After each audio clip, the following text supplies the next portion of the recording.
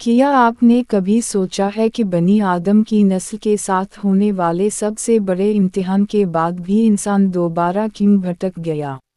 क्या आपने कभी महसूस किया है कि तूफान के बाद जब ज़मीन साफ और पानी कम हुआ तो फिर भी दिल क्यों खुदा की तरफ से हट गए?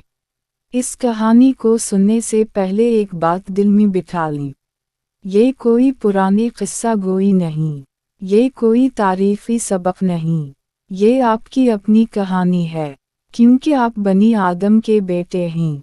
ये सफ़र आपके लिए है, ये चैनल आपका है, इसलिए उसे पूरी तरह महसूस करें। सुनो जैसे ये आपकी भूली हुई यादें हैं जो दोबारा आपके दिल में आ रही हैं।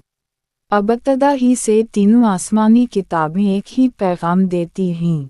इंजील में लिखा है कि तूफान के बाद इंसान दोबारा ज़मीन पर फैल गया, मगर जब आसानियाँ आईं तो दिल अल्लाह की याद से आहिस्ता आहिस्ता हटने लगा। तौरात में बताया गया है कि कई नस्लों ने नेक लोगों को याद रखा, मगर याद को इबादत में बदल दिया और असल इताअत को भुला दिया। कुरान वाज़ेह करता है कि इब्लीस हर तरह की चाल चल कर बनी आदम को गुमराह करने की कोशिश करता है। वो हमेशा नज़र आता नहीं, वो सब्र करता है और वो सबसे ख़तरनाक वक्त पर वापस आता है। तूफान के बाद ज़मीन साकत थी, पहाड़ खामोशी से खड़े थे, दरिया अपने बहाव से सबक सिखा रहे थे। हर सांस एक नसीहत थी, कभी ना भूलना, कभी दोबारा गलत रास्ता इख्तियार ना करना, कभी ना हटना। उस वक्त बनी आदम की नस्ल कम थी, घर करीब थे और हर रात बुजुर्गों की कहानियाँ सुनाते हुए आँखों में खौफ होता था। हर कहानी दिलों में खौफ और सबक बिठाती थी। लोग सीधा अल्लाह से दुआ करते थे। इन्हें मालूम था कि पत्थर सिर्फ पत्थर है, लकड़ी सिर्फ लकड़ी है और सिर्फ खालिक ही मददगार है। मगर इब्लीस खामोश देख रहा था। वो ना जल्दी में आया, ना खले हमले के साथ। वो सब्र करता रहा, क्योंकि इब्लीस ने तूफान के बाद एक सच्चाई समझ ली थी कि ज़बरदस्ती देरपा नहीं होती। डर वक्त के साथ ख़त्म हो जाता है, मगर जज्बात हमेशा बाकी रहते हैं। बनी आदम में चंद नेक लोग थे, जिनकी ज़िंदगी अल्लाह की याद से भरी हुई थी, जिनकी बातें दिल नरम कर देती थीं, जिनकी दुआ से लोग सुकून महसूस करते थे। ये लोग हर छोटी बड़ी कम्युनिटी में रोशनी का मीनार थे। फिर एक एक करके वो लोग दुनिया से चले गए। पहली मौत ने दिल हिला दिए, दूसरी ने आँखों में आंसू भर दिए, तीसरी ने खामोशी फैला दी, चौथी ने कम्युनिटी में खालीपन पैदा कर दिया। लोग दिल से खाली महसूस करने लगे, रातें सर्द लगने लगीं और दिल की रहनुमाई गायब महसूस होने लगी। और यूं इब्लीस वापस आया, दुश्मन बनकर नहीं, बल्कि तसल्ली देने वाला बनकर। इसने कहा, इन्हें भूलना मत, उनकी नेकी और तालीम को जिंदा रखो, उनकी याद में चीज़ें बनाओ, चीज़ें जो नज़र आएं, चीज़ें जो लोगों के दिलों में रह जाएं, मगर इबादत के लिए ना हों, सिर्फ याद के लिए। पत्थरों और लकड़ी की मूर्तियाँ बने। इब्तिदा में लोग इन्हें सिर्फ याद रखने के लिए रखते थे। किसी ने सोचा भी नहीं कि ये इबादत बन जाएं। लेकिन जैसे ही नस्लें गुजरीं और असल लोग मर गए, ये मूर्तियाँ आहिस्ता आहिस्ता याद से इबादत में बदल गईं। एक साल खुश्क साली आई, एक शख्स मूरत के सामने खड़ा होकर दुआ करने लगा। किसी ने कहा ये पत्थर है, मगर दिल ने उम्मीद मांगी। दूसरे साल बीमारी फैली, लोग मूरत के सामने हाथ उठाने लगे, दिल से दुआ की, मगर जिस्मानी तौर पर पत्थर के सामने। आहिस्ता आहिस्ता, बग़ैर ऐलान के, बग़ैर शोर के, लोगों के दिल बदल गए। ये सब इब्लीस की सबसे बड़ी चाल थी। वो इबादत का नाम ना ले, मगर जज्बात के ज़रिए दिलों को गुमराह कर दे। कुरान में बयान हवा कि इब्लीस ने दिलों में खूबसूरती के ज़रिए धोखा दिया। तौरात में लिखा कि याद बग़ैर कानून के बदत में बदल जाती है। इंजील में बताया गया कि तस्वीरें और मूर्तियाँ इताअत की जगह ले लेती हैं। ये नस्ल अल्लाह को याद करती रही, मगर अब वो औरतों के सामने मदद मांगने लगे, बारिश के लिए, हिफाजत के लिए, जंग में कामयाबी के लिए। खालिक की याद बाकी थी, मगर दिल अब सिर्फ इस पर मुनहसिर नहीं था। उस वक्त इंसानियत ने समझना शुरू कर दिया, ये सिर्फ मूर्ति नहीं थी, ये जज्बाती धोखा था, ये इब्लीस की सबसे बड़ी वापसी थी। इब्लीस ने देखा कि लोग अब इसके बगैर भी खुद गुमराह हो रहे हैं। ये सबसे बड़ा जीत था। बुत परस्ती की वापसी सिर्फ एक ज़मीन तक महदूद ना रही। जहाँ जहाँ बनी आदम गए, वहीं ये रिवाज भी साथ गया। ये यादें नस्लों से नस्लों तक पहुँची, और हर नई नस्ल ने इन्हें अपने अंदाज में अपनाया। जैसे जैसे लोग पानी, ज़मीन और तहफ़्फ़ुज़ की तलाश में दूर दराज इलाक़ों में फैले, ये धोखा उनके साथ चलता रहा। शुरू में ये सिर्फ याद के लिए बनाया गया था, मगर वक्त के साथ ये रस्म बन गई। रस्म इबादत में बदल गई, और इबादत निज़ाम में, निज़ाम इख्तियार में। मेसोपोटामिया के ज़रख़ेज़ इलाक़ों में लोग आसमान की तरफ देखकर सितारों को माबूद मानने लगे। ज़मीन पर उनके नमूने तराशे गए। हर सितारे के लिए एक ताकत मुकर्रर की गई, बारिश के लिए, फसलों के लिए, जंग के लिए, हिफाजत के लिए। लोग कहते, अल्लाह बहुत बड़ा है, हमें उसके करीब पहुंचाने के लिए ये ज़रूरी है। मगर ये एक धोखा था, एक खामोश फरेब, जिसने दिलों को अपने कब्ज़े में ले लिया। नील के किनारे मिस्र में, फूलती हुई ज़रख़ेज़ ज़मीन में, बादशाहों ने खुद को खुदा करार दिया। मंदिर भर गए, लोग ज़िंदगी और मौत के लिए बुतों के सामने झुके, और खौफ इबादत बन गया। सिंध और उसके इर्द गिर्द के इलाक़ों में रस्मी बढ़ती गईं, दीन की असल रूह भूल गई। दिल सो गए, आँखें देखती रह गईं, मगर हकीकत का इदराक ख़त्म हो गया। मशरिक़ी इलाक़ों में बुज़ुर्गों की याद से इब्तिदा में एहतिराम पैदा हुआ, फिर खौफ आया, फिर इताअत। याद इबादत में बदल गई, और हर नस्ल ने यही सबक सीखी। हर जगह एक ही सिलसिला दोहराया गया, शक्र से आगाज़, इज़्ज़त से दरमियानी रास्ता, और बंदगी पर इख्तिताम। इब्लीस की हिकमत ये थी कि ज़ाहिर में कोई अफरा-तफरी ना पैदा करे, बल्कि निज़ाम बनाए, निज़ाम के ज़रिए दिलों पर कब्ज़ा करे। उसने मज़हब को इदारा बनाया, वफ़ादारी को मुआशी ताकत बनाया, इबादत को हायरार्की में बदल दिया। मंदिर और बुत ताकत के मरकज़ बन गए। बादशाह और सरदार इन्हें अपने इक़्तिदार के लिए इस्तेमाल करने लगे।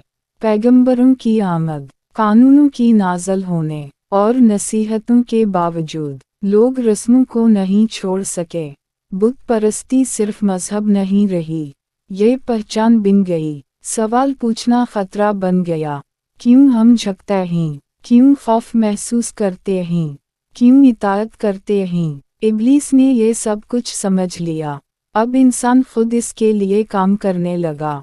वो दावे और धोखा नहीं दे रहा था, बल्कि इंसान ने खुद अपनी ग़ुलामी इख्तियार कर ली थी। तारीख़ में हर तमद्दुन में यही कहानी दोहराई गई। मज़दूरों से लेकर बादशाहों तक, हर शख्स ने अपने दिल में बुत बसा लिया। कदीम शक्लें बदलीं, नए नाम आए, मगर असल धोखा बरकरार रहा। तमद्दुन बढ़ते गए, शहर वसी हुए, तिजारत तरक्की की, बती सरहदें उबूर करती गईं, रस्मी नई सरजमीनों तक पहुँचीं। लोगों ने इन्हें कुदरत की हकीकत समझा, मगर ये सब इब्लीस का मंसूबा था।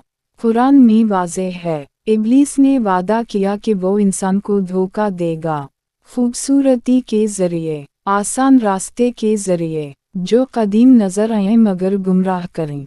इंजील में दिखाया गया सच सिर्फ पैगंबरों के ज़रिए ज़िंदा रहा, जो लोगों को बुतों से आज़ाद करने की कोशिश करते रहे।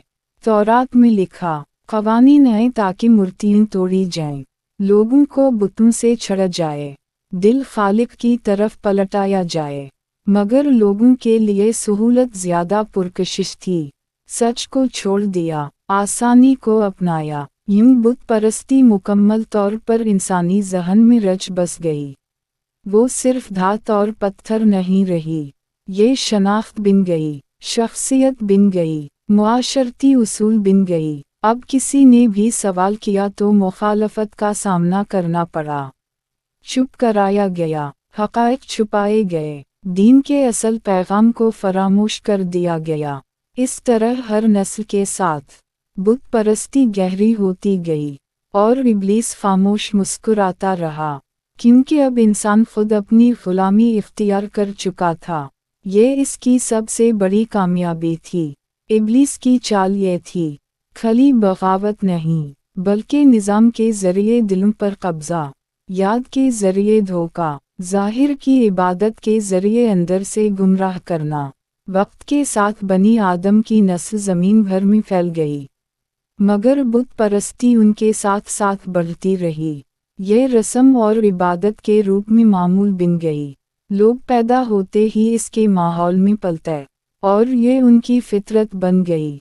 शहर अब बड़े और मजबूत हो गए, मंदिर बुलंद और शानदार थे, बादशाह खुद को खुदा कहते और अवाम उनके सामने सर झुकाते। लोग इबादत के बजाय खौफ और रिवाज की गुलामी इख्तियार कर चुके थे। कुरान हमें बताता है कि इब्लीस ने कहा, मैं इनमें से एक हिस्सा ज़रूर गुमराह करूँगा।